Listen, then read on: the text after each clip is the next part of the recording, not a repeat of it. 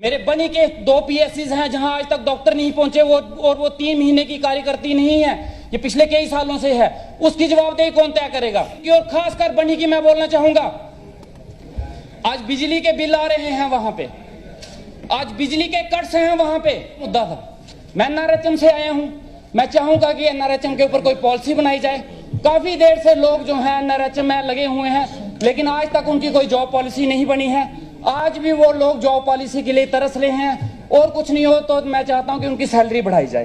एक बरसात में हमारे रोड्स के और जो पिछले रोड्स के काम चले हैं उनकी पोल खुल के आ गई है बाहर। एक भी रोड एक भी डंगा अपनी जगह पे नहीं है, सब बह गए हैं। अब मुझे फोन पे फोन आते हैं कि जनाब रोड खुलवाओ। अब मैं रोड खुलवाऊं कैसे? अब मुश्किल ये आ गई है कि अब रोड खुलवाने हैं। ये जो रोड के इतने बड़े शोशे चल रहे थे ना, वो रोड ना अपनी जगह। और दूसरी बरसात में मुझे लगता है वो रोड का नामो निशान भी गुम हो जाए, वो सैटेलाइट से ढूंढना पड़ेगा यहाँ कोई रोड था भी या नहीं था। इसके साथ साथ मैं आपको एक बात बताना देना चाहता हूँ, हमारा जो सब डिस्ट्रिक्ट हॉस्पिटल है वहाँ पे जो है सारी की सारे स्पेशलिस्ट की पोस्टें वेकेंट है, सिर्फ एक पोस्ट फिलअप है और 5 पोस्टें जो है वेकेंट पड़ी हुई हैं। मैंने मैम से इस बारे में बात की थी और मैम से मैं एक रिक्वेस्ट करता हूँ, और मैंने इनको कहा भी था कि जब तक वो पोस्टें वेकेंट फिलअप नहीं होती तब तक वहाँ पे कंटिन्यूसली फ्री मेडिकल कैंप लगाया जाए पूरे स्पेशलिस्ट के।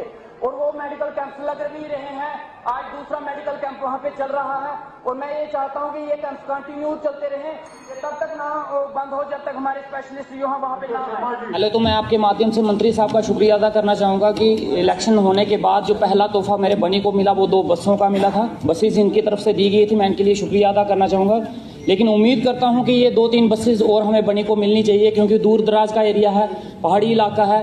तो जो मुफ्त फैसिलिटी मिली है CM साहब की तरफ से हमारी माताओं बहनों के लिए, मैं चाहता हूं इसका फ़ायदा हमारे बनी के लोगों को भी मिले।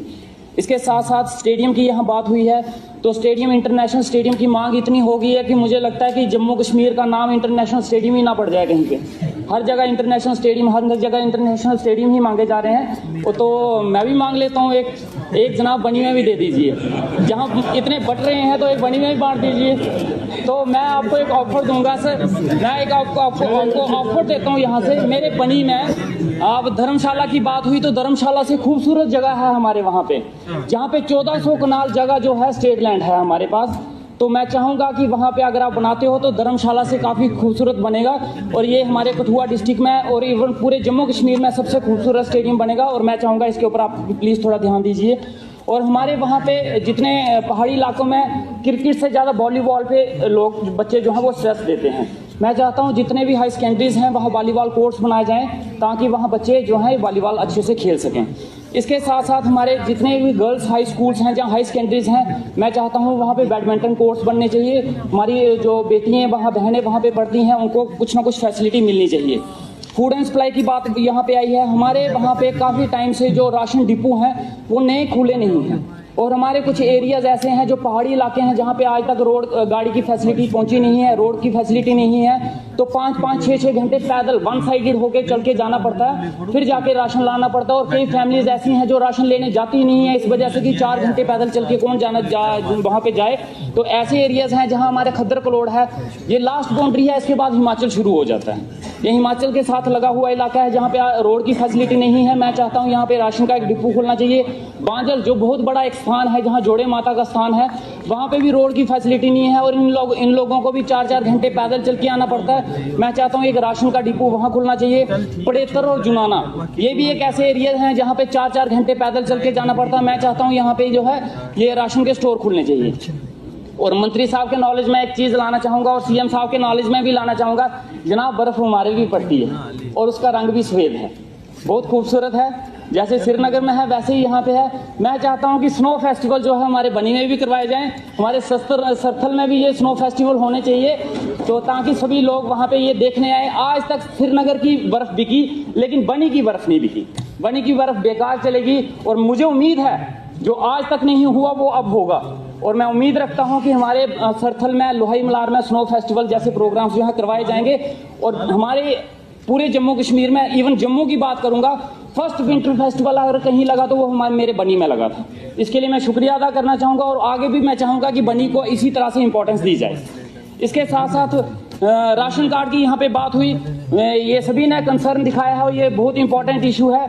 बहुत से लोग हैं जो राशन कार्ड की हमारे पास डिमांड्स लेके आते हैं, लेकिन हम कर भी क्या सकते हैं। हम मंत्री साहब के साथ बोल सकते हैं और सीएम साहब के, और मैं चाहता हूँ कि ये इशू जल्दी से जल्दी सॉल्व आउट होना चाहिए। और सर हमारे एक यहाँ पे ब्लाइंड क्रिकेट एसोसिएशन है हमारे जम्मू में, जहाँ पे जितने भी प्लेयर्स हैं वो सारे ब्लाइंड्स हैं। उन्होंने आज तक 7 नेशनल्स खेले हैं, लेकिन उनको आज तक सरकार की तरफ से कोई फैसिलिटी नहीं मिली और वो लोग अपने खर्चे पे, अपने पैसे पे नेशनल्स खेलने जाते हैं। मैं चाहता हूं उनको किसी काउंसिल के साथ एफिलेट किया जाए, जैसे कर्नाटका, केरला, उड़ीसा, हरियाणा में उनको एफिलेट किया जाता है, इनको भी किया जाए ताकि इनको कोई ना कोई फैसिलिटी मिले। ये बेचारे अपने खर्चे पे चल रहे हैं और कहीं ना कहीं ये अच्छा खेलते हैं और उनको हेल्प मिलनी चाहिए। और इसके साथ साथ मेरे सर बनी में लोहाई मलार वाली साइड एक लड़की है, अनिका देवी नाम है जिसका, जुडो खेलती है, 5 गोल्ड मेडल उसने नेशनल में लिए हैं। 2 बार उसका इंटरनेशनल उसको खेलने का मौका मिला, लेकिन नहीं जा पाई। किस वजह से? कि पैसों की दिक्कत की वजह से। इस बार फिर से उसका नाम आया है। मैं चाहता हूं कि सरकार की तरफ से उसे कोई ना कोई बेनिफिट मिले जिसकी वजह से वो इंटरनेशनल खेलने जा सके, और बहुत अच्छी प्लेयर है। इसके साथ साथ हमारी पहाड़ी इलाकों में रेसलिंग का बहुत बच्चों को शौक है और वो दंगल में रेसलिंग के लिए जाते हैं, लेकिन वहां पे कोई अखाड़े नहीं है, कोई प्रोफेशनल वो वैसा कुछ नहीं है कि उनको कोचिंग दी जाए। अगर उनको प्रोफेशनली उनको ट्रेन किया जाए तो मैं गारंटी से बोलता हूं यहीं के बच्चे ओलंपिक खेलने जा सकते हैं और गोल्ड भी ला सकते हैं। और मैं उम्मीद करता हूं कि मंत्री साहब इस चीज के ऊपर ध्यान देंगे। और अखाड़े 2, एक बनी वाली साइड, एक लोहाई मलार वाली साइड। और एक मैं बड़ी मजे की बात है यहाँ पे कि हमारे यहाँ पे जब से क्वेश्चंस लग रहे हैं, हमारे मंत्री साहब के क्वेश्चन बड़े कम लगते हैं। वो पता नहीं कहाँ गुम हो जाते हैं, समझ नहीं आती है। क्वेश्चन ही नहीं आए, मैंने भी बहुत लगाए लेकिन दिखे नहीं। वो बड़ी मुश्किल से आज हाथ लगे हैं, तो मैंने सोचा वो भी आज इसी में इंक्लूड कर ले, आगे पता नहीं आएंगे या नहीं आएंगे।